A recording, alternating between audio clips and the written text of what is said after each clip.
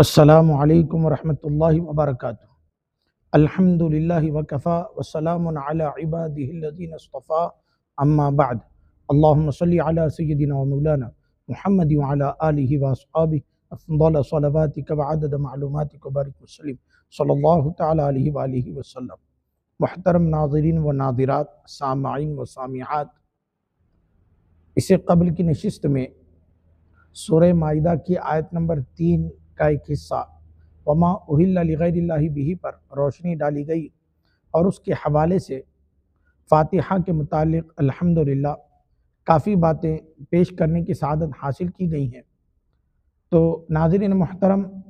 یہاں پر مزید کچھ باتیں عرض کرنا چاہتا ہوں کہ بزرگوں کے آستانوں میں، بارگاہوں میں جو فاتحہ خوانی ہوتی ہے، وہاں پر جو ہے جانور اللہ کے نام سے ذبح کیے جاتے ہیں، اس کو جو ہے بعض عوام اہل سنت میں نذر کا نام دے دیا جاتا ہے۔ اس کی وجہ سے جو ہے بعض لوگوں کو اشکال ہوتا ہے کہ پھر یہ جو نذر کہی جا رہی ہے تو بھئی نذر تو ایک عبادت ہے اور عبادت صرف اللہ کے لیے ہونی چاہیے، ایسا خیال ان کو آتا ہے۔ تو یہ معلوم ہونا چاہیے کہ نذر دو قسم کی ہوتی ہے، ایک نذر شرعی اور ایک نذر عرفی۔ نذر شرعی کا مطلب یہ ہے کہ بندہ منت مانے، کسی کام کے پورے ہونے پہ، کسی مقصد کے حاصل ہونے میں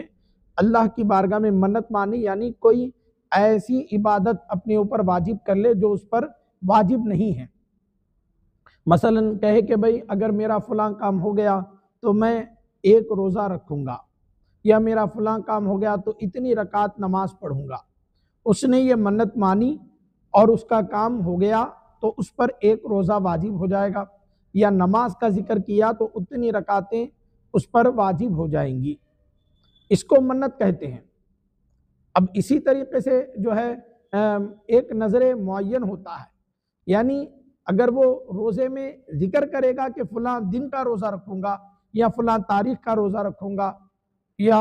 فلاں وقت میں اتنی نماز اتنی رکعتیں پڑھوں گا، تو جب وہ وقت آ جائے گا تو وہ عبادت اس پر واجب ہو جائے گی۔ اس کو نذر شرعی کہتے ہیں۔ اب نذر عرفی کا مطلب یہ ہے کہ بارگاہوں میں جو قربانی جو جانور ذبح ہوتے ہیں وہ اللہ کے نام سے ذبح ہوتے ہیں، اور نیت ایصال ثواب کی ہوتی ہے، مگر جو لفظ استعمال ہو جاتا ہے وہ نذر کا لفظ استعمال ہو جاتا ہے، حالانکہ وہاں پر اصل میں نیاز پیش کی جا رہی ہوتی ہے، وہاں پر نیاز پیش کی جا رہی ہے، کسی بزرگ کے لیے ایصال ثواب کی نیت ہوتی ہے، مگر لفظ نیاز کی جگہ پہ نذر کا بھی استعمال کر لیتے ہیں، جس کی وجہ سے یہ مغالطہ ہو رہا ہے۔ تو ایسے موقع پر معلوم ہونا چاہیے کہ الفاظ بولنے والا کچھ بھی ادا کرے، لیکن نیت اس کے پیچھے جو ہے وہ ایصال ثواب کی ہوتی ہے، لہذا یہ بالکل جائز، بلکہ اس کے لیے یہ مستحب عمل ہوگا۔ جیسے جو ہے فقہ کا مشہور و معروف قاعدہ ہے، العبرۃ للمقاصد والمعانی لا بالالفاظ۔ اعتبار جو کیا جاتا ہے وہ مقاصد اور معانی کا کیا جاتا ہے، الفاظ کا نہیں کیا جاتا۔ مثال کے طور پہ ایک آدمی ظہر کی نماز پڑھ رہا ہے، اب نیت کر رہا ہے، وہ اب نیت کے دوران جو ہے زبان سے وہ نیت کر رہا تھا کہ اچانک اس کی زبان سے عصر کا لفظ نکل گیا، تو کیا اس کی وجہ سے اس کی نماز نہیں ہوگی؟ اس کی نماز ہو جائے گی، یعنی ظہر کی نماز ہی ادا ہوگی، عصر کی نماز نہیں۔ کیوں؟ اس لیے کہ دل میں نیت جو ہے ظہر کی ہے، زبان سے عصر کا لفظ نکل گیا، تو دل کا اعتبار ہوگا، دل کی نیت کا اعتبار ہوگا، الفاظ کا اعتبار نہیں ہوتا۔ تو ایسے ہی جو ہے یہاں پر لا علمی کی وجہ سے جو ہے نیاز کی جگہ پر نذر کا لفظ استعمال کیا جاتا ہے، ایصال ثواب کی جگہ پر، فاتحہ خوانی کی جگہ پر جو ہے نذر کا لفظ استعمال کیا جاتا ہے۔ اس کی وجہ سے جو ہے کوئی شرعی قباحت اس پر لازم نہیں آتی، اس کو نذر عرفی کہتے ہیں، اور یہاں پر جو ہے ایصال ثواب کی ہی نیت مانی جائے گی، یہ ایصال ثواب ہے۔ تو چنانچہ اہل سنت و جماعت میں جو بھی روایات ہیں، جیسے چہلم ہے، دہم ہے اور برسی ہے، یعنی مرحوم کے انتقال کے 10 دن کے بعد جو فاتحہ خوانی ہوتی ہے اس کو دہم کہتے ہیں، مرحوم کے انتقال کے بعد جو 40 دن کے بعد جو فاتحہ خوانی ہوتی ہے اس کو چہلم کہتے ہیں، مرحوم کے انتقال کے 1 سال کے بعد جو فاتحہ خوانی ہوتی ہے ایصال ثواب ہوتا ہے، اس کو برسی کا نام دیا جاتا ہے۔ تو اس کا مطلب یہ نہیں ہے کہ یہ معاذ اللہ یہ چیزیں بدعت ہیں۔ یاد رکھ لیں بدعت وہ چیز کہلاتی ہے جس کی بنیاد، جس کا دار و مدار قرآن و سنت سے ہٹ کر ہو۔ قرآن و سنت سے ہٹ کر جو عمل ہوتا ہے وہ بے بنیاد ہے، وہ بدعت ہے۔ خاص طور پر وہ عقیدہ جو قرآن و سنت کے خلاف نکلے وہ بدعت کہلاتا ہے، وہ گمراہی کی طرف بندے کو لے جاتا ہے۔ لیکن جس عمل کا دار و مدار قرآن و سنت پر ہے وہ بدعت نہیں کہلاتا۔ طور طریقے کے اعتبار سے اس کو بدعت کا نام دے دیا گیا، گرچہ کہ یہاں پر پھر جو ہے علماء کرام نے دو قسمیں بیان فرمائی، ایک بدعت حسنہ، ایک بدعت سیئہ۔ اس طرح انہوں نے فرق بیان فرمایا کہ جس کے پیچھے ثواب مل رہا ہے، جس کے پیچھے فائدہ حاصل ہو رہا ہے، مرحوم کے لیے ایصال ثواب کیا جا رہا ہے، یا مسلمانوں کے اندر ایک اچھا رواج جاری ہو رہا ہے، یہ بدعت حسنہ ہے۔ اور جہاں پر جو ہے لوگوں کے عقائد خراب ہو رہے ہیں یا اعمال برباد ہو رہے ہیں تو ایسی صورت میں اس کو بدعت سیئہ کا نام دیا جائے گا۔ اور یہ بدعت سیئہ ہے جس کا ذکر حدیث پاک میں ہے کہ کل بدعت ضلالہ، ہر بدعت گمراہی ہے۔ تو حاضرین محترم اس طرح تقسیم بیان فرمائی گئی، لیکن یہاں پر بنیادی بات یہ ذہن میں ہونی چاہیے کہ روایات مختلف ہیں، لیکن جو تصور ہے اس کے پیچھے وہ ایصال ثواب ہے، اور ایصال ثواب نبی پاک صلی اللہ علیہ وسلم کی سنت سے ثابت ہے، احادیث مبارکہ سے ثابت ہے کہ زندہ مسلمان حضرات مرحوم مسلمانوں کے لیے اپنے کسی عمل کا ثواب پہنچا سکتے ہیں۔ تو یہ اس طرح جو ہے ایصال ثواب ہوتا ہے۔ دہم جو رکھا جاتا ہے وہ 10 دن کے بعد جو فاتحہ خوانی ہوتی ہے وہ اس کا مقصد یہ ہوتا ہے کہ لوگوں میں لاپرواہی کی وجہ سے کہیں ایصال ثواب نہ ہو اور مرحوم اس سے محروم رہ جائے۔ مرحوم جو ہوتا ہے وہ انتظار میں رہتا ہے کہ اس کے رشتہ دار کوئی عمل کریں، اس کو ثواب پہنچائیں، لیکن یہاں پر جو ہے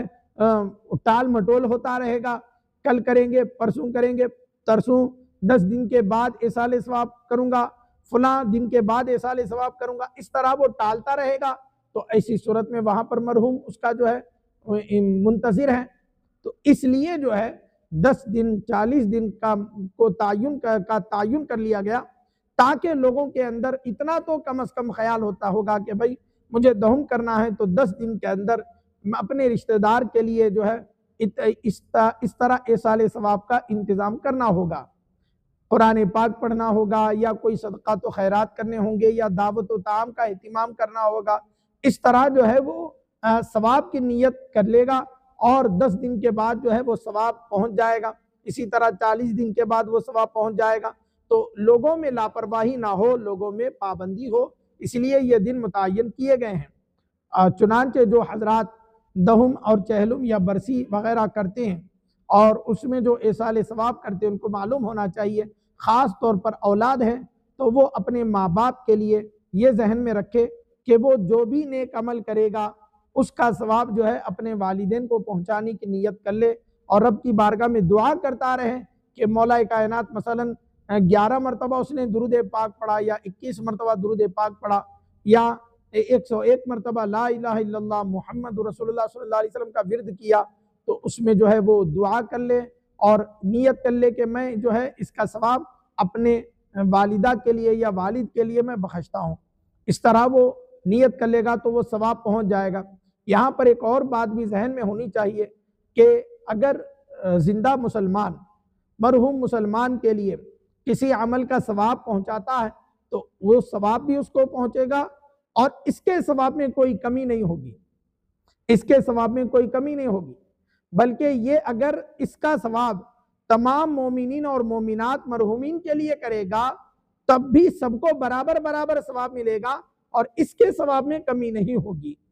یہ دنیا کے پیسے نہیں ہیں کہ بانٹے تو ختم ہو جائیں گے، مثلا 100 روپیے ہے، 10 روپیے 10 لوگوں میں اگر تقسیم کرے تو بانٹنے والے کو کچھ نہیں بچتا۔ ایسا دین کا معاملہ نہیں ہے۔ مثلا ایک قرآن پاک کی تلاوت کی گئی اور اس کا ثواب تمام مرحومین کے لیے کیا گیا تو تمام مرحومین کو ایک ایک قرآن پڑھنے کا ثواب ملے گا، اور پھر قرآن کی تلاوت کرنے والے کو بھی ثواب اتنا ہی ملے گا ایک قرآن پاک پڑھنے کا، بلکہ اس کو ثواب پہنچانے کا بھی ثواب ملے گا کہ اس نے اپنے مرحومین کا خیال کیا ہے تو اس کو اس کا بھی ثواب ملے گا۔ تو الغرض اس کا تعلق جو ہے استحباب سے ہے، لیکن مسئلہ تب پیدا ہوتا ہے جب بعض لوگ اس کا انکار کر دیتے ہیں اور بلکہ لا علمی کی وجہ سے کلیم کرتے ہیں، الزام لگاتے ہیں کہ بھئی یہ ناجائز ہے یا حرام ہے، استغفر اللہ العظیم۔ تو ان کو چاہیے کہ وہ پختہ معلومات حاصل کریں، دین پڑھیں، سیکھیں، اور سیکھنے میں، معلومات حاصل کرنے میں اپنے علماء کی طرف رجوع نہیں کرنا ہے، جو وہی بولیں گے جو ان کے ذہن میں ہوگا اور ان کے دل میں ہوگا۔ ان کو چاہیے کہ وہ علماء اہل سنت و جماعت کی کتابوں کا مطالعہ کریں، جو بزرگان دین، جو علماء کاملین فاتحہ خوانی کا اہتمام کرنے والے اس کے قائل تھے، اس کے جواز کے قائل تھے، ان کے دلائل پڑھے، ان سے معلومات حاصل کرنے کی کوشش کرے، تو انشاءاللہ تعالی سلیم قلب سے اگر کوئی مطالعہ کرے گا تو انشاءاللہ تعالی وہ اس کا قائل ہو جائے گا کہ فاتحہ خوانی کرنا بالکل جائز ہے، بلکہ مستحب عمل ہے، اور اس کے اندر ڈھیر سارے برکات اور ثواب رکھا ہوا ہے۔ دیکھیے، میں نے ایک کتاب پڑھی تھی، ایک غیر مقلد صاحب کی کتاب تھی، اور اس میں یہ لکھا ہوا تھا کہ جو حضرات وسیلے کے قائل ہیں ان کے پاس صرف 2 دلیلیں ہیں۔ بتائیے آپ، وہ صاحب دعویٰ کر رہے ہیں کہ صرف 2 دلیلیں ہیں، اور یہ عمران القلوب والارواح حضرت شیخ الاسلام بانی جامع نظامیہ رحمۃ اللہ تعالیٰ علیہ کے حکم سے اشاعت العلوم کی جانب سے شائع کی گئی تھی۔ حضرت علامہ مولانا محمد معبان حسین صاحب عامہ فیوزہ، آپ کی جو کتاب ہے یہ شہرہ آفاق کتاب، اس کے اندر انہوں نے وسیلہ اولیاء کے تعلق سے اور بزرگوں کی بارگاہوں میں زیارت کے لیے جو لوگ جاتے ہیں اس کے تعلق سے 179 دلائل 179 دلائل آپ نے قائم فرمائے ہیں، سبحان اللہ، 179 دلائل، اور یہ وہ دلائل ہیں جو مصنف علیہ الرحمہ کے مطالعہ کے مطابق، ان کی تحقیق کے مطابق ہے۔ تو آپ اندازہ کریں کہ پھر مزید اگر کوئی علم کے سمندر میں غوطہ زن ہوگا تو مزید اس پر راز آشکار ہو سکتے ہیں اور مزید اس کے لیے دلائل کھل سکتے ہیں۔ تو یہ کم علمی، خود کی کم علمی رکھ کر، خود کی لا علمی رکھ کر دوسروں پر حکم نہیں لگانا چاہیے کہ بھئی میں جو جانتا ہوں اتنا ہی ہے، نہیں، بلکہ اس کو چاہیے کہ وہ پڑھے اور اپنا علم زیادہ سے زیادہ حاصل کرے تاکہ اس کو راہ راست پر آنے کا موقع ملے۔ اللہ رب العزت نے اپنے حبیب پاک صلی اللہ علیہ وسلم کو حکم فرمایا، وَقُلْ رَبِّ زِدْنِي عِلْمًا، اے محبوب دعا فرمائیے کہ اے رب میرے علم میں اضافہ فرما، اے میرے رب میرے علم میں اضافہ فرما۔ یہ حضور پاک صلی اللہ علیہ وسلم کے توسل سے امت کو بھی سکھلایا گیا، تو چاہیے کہ ہمیشہ اپنے علم میں زیادہ سے زیادہ مطالعہ اور تحقیق کرنے کی کوشش کرے، اور جو ہے اس بات سے احتیاط کرے کہ مسلمانوں پر الزام ہو، مسلمانوں کو کلیم کیا جائے اور معاذ اللہ ایک مستحب عمل کو ناجائز قرار دیا جائے، تو یہ بہت بڑا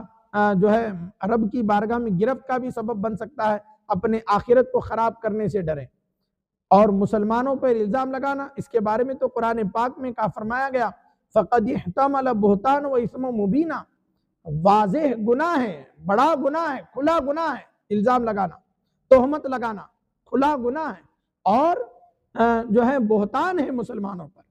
تو اس سے احتیاط کرنے کی ضرورت ہے۔ اللہ تعالیٰ سے دعا ہے مولا کائنات جتنا بولا گیا سنا گیا اس کو سمجھنے، اپنے دل میں جگہ دینے کی توفیق عطا فرمائے۔ فما علینا الا البلاغ، صلی اللہ تعالی علی خیر خلقہ سیدنا محمد وعلی آلہ واصحابہ اجمعین، والحمد للہ رب العالمین۔